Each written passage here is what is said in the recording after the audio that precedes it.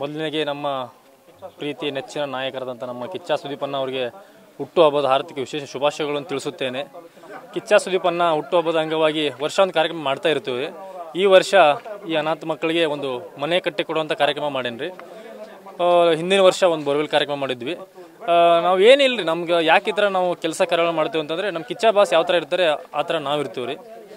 ಮತ್ತು ನಾವು ಕಿಚ್ಚ ಬಾಸ್ ಅವ್ರ ಒಂದೊಂದು ಮಾತುಗಳು ನಾವೆಲ್ಲ ಕೇಳ್ಕೊಂಡು ಅವ್ರು ಯಾವ ಥರ ಮಾತಾಡ್ತಾರಲ್ಲ ಅವಂಗೆಲ್ಲ ಜೀವನದಾಗ ನಾವು ಅದನ್ನೆಲ್ಲ ಇದು ಮಾಡಿಕೊಂಡು ನಾವು ಹಿಂಗೆ ಇಂಥದ್ದು ಕಾರ್ಯಕ್ರಮ ಮಾಡ್ತಿರೋಣ.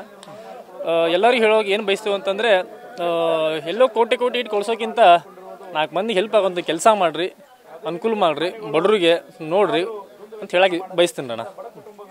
ಮತ್ತು ಇನ್ನೂ ಕೆಲವೊಂದು ವಿಷಯಗಳು ಅದಾವಣ್ಣ, ಬಟ್ ಮೀಡಿಯಾ ಅದು ಮಾತಾಡೋಕ್ಕೆ ಸ್ವಲ್ಪ ಕಷ್ಟ ಆಗತ್ತಣ್ಣ.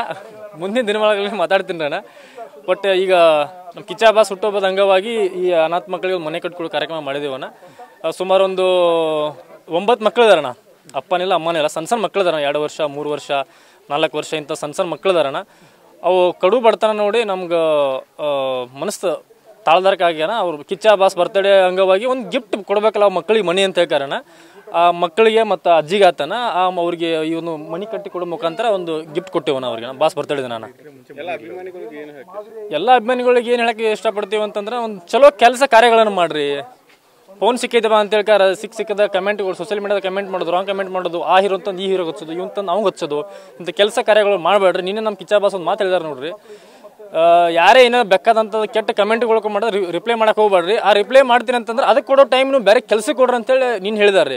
ಸೊ ಅಂಥ ಮಾತುಗಳು ನಾವೆಲ್ಲ ಜೀವನದಾಗ ಅವರು ತಿಳ್ಕೊಂಡು ಇಂಥ ಕೆಲಸ ಕಾರ್ಯಗಳು ಮಾಡ್ತೀವಣ್ಣ. ಮತ್ತು ಕೆಲಸ ಕಾರ್ಯಗಳು ಅಂತಂದ್ರೆ ಯಾರು ಇಂಥದ್ದು ಕೆಲಸಕ್ಕೆ ಯಾರೋ ಒಂದು 100 ರೂಪಾಯಿ ಬರಂಗಿಲ್ಲ ಹಿಂದೆ ಮುಂದೆನ. ಬಟ್ ಇವರೊಬ್ಬರು ನಮ್ಮ ಫ್ರೆಂಡ್ ಸುನಿಲ್ ಅಂತ ಹೇಳ್ಕಾರಣ. ಬಟ್ ಇಂಥ ಕೆಲಸ ಕಾರ್ಯಗಳನ್ನು ನೋಡ್ಕಾರ ಇವರು ಸ್ವಲ್ಪ ಸಾಥ್ ಕೊಟ್ಟರು, ಸಪೋರ್ಟ್ ಕೊಟ್ರಣ. ಅವ್ರಿಗೂ ನಾವು ತುಂಬ ಆಭಾರ ಇರ್ತಾನ. ಮೊದಲು ಮನೆ ಇತ್ತನ, ಬಟ್ ಬೇರೆದವ್ರ ಮನೆಯಾಗಿದ್ರಣ. ಬೇರೆದವ್ರ ಮನೆಯಾಗಿದ್ರಣ ಆ ಮಳೆ ಬಂದ್ರೆ ಹಿಂಗೆ ಮ್ಯಾಲೆ ಕೆಳಗೆ ಹೋಗ್ತಿರ್ತಾರೆ. ಹಿಂಗೆ ಆ ಮುಂದಿನ ಸೆಡ್ ಇತ್ತಾನ, ಅದೆಲ್ಲ ಸೆಡ್ ಟೈಪ್ ಅವು ಇದನ್ನ ಹಾಕೊಂಡ್ರಣ ಅವ್ರ ಮುಂದೆ. ಅವು ಪತ್ರ ಅಣ್ಣ, ಹಳಿ ಪತ್ರಗಳು.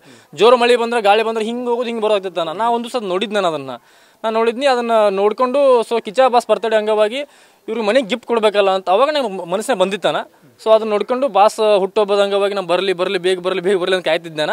ಬಾಸ್ ಬರ್ತಡೇದ ಸೆಪ್ಟೆಂಬರ್ 2ನೇ ತಾರೀಕು ಬಂತಾನ. ಆಗಸ್ಟ್ 15 ಸ್ಟಾರ್ಟ್ ಮಾಡಿದ್ದೆವನ. ಆಗಸ್ಟ್ 15 ಚಾಲೂ ಮಾಡಿದ್ವಿ. ಕಂಟಿನ್ಯೂ 1 ವಾರ ಹೆವಿ ಇದು ಬಿತ್ತಾನ, ಮಳೆನ ಹೆವಿ ಜೋರು ಮಳೆ ಆತನ. ಆದ ಕಾರಣಕ್ಕಾಗಿ 1 ವಾರದಾಗ ಮನೆ ಕಂಪ್ಲೀಟ್ ಮಾಡಿದ್ವನ. ಅದು ಗ್ಯಾಪ್ ತೊಗೊಂಡು 1 ವಾರದಾಗ ಮನೆ ಕಟ್ಟಿ ಇವತ್ತು ಸೆಪ್ಟೆಂಬರ್ 2ನೇ ತಾರೀಕು ಕಿಚ್ಚ ಬಾಸ್ ಹುಟ್ಟುಹಬ್ಬದ ಅಂಗವಾಗಿ ಬರ್ತಡೇ ದಿನ ಮನೆ ಗ್ರ್ಯಾಂಡ್ ಓಪನಿಂಗ್ ಮಾಡ್ಬೇಕಂತ ಅನ್ಕೊಂಡಿದ್ದೀವನ. ದೇವ್ರ ಆಶೀರ್ವಾದ ಮತ್ತು ಕಿಚ್ಚ ಬಾಸ್ ಆಶೀರ್ವಾದದಿಂದ ಇವತ್ತು ಮನೆ ಓಪನಿಂಗ್ ಮಾಡಿದ್ವನ. ಹೆವಿ ಖುಷಿ ಐತನ.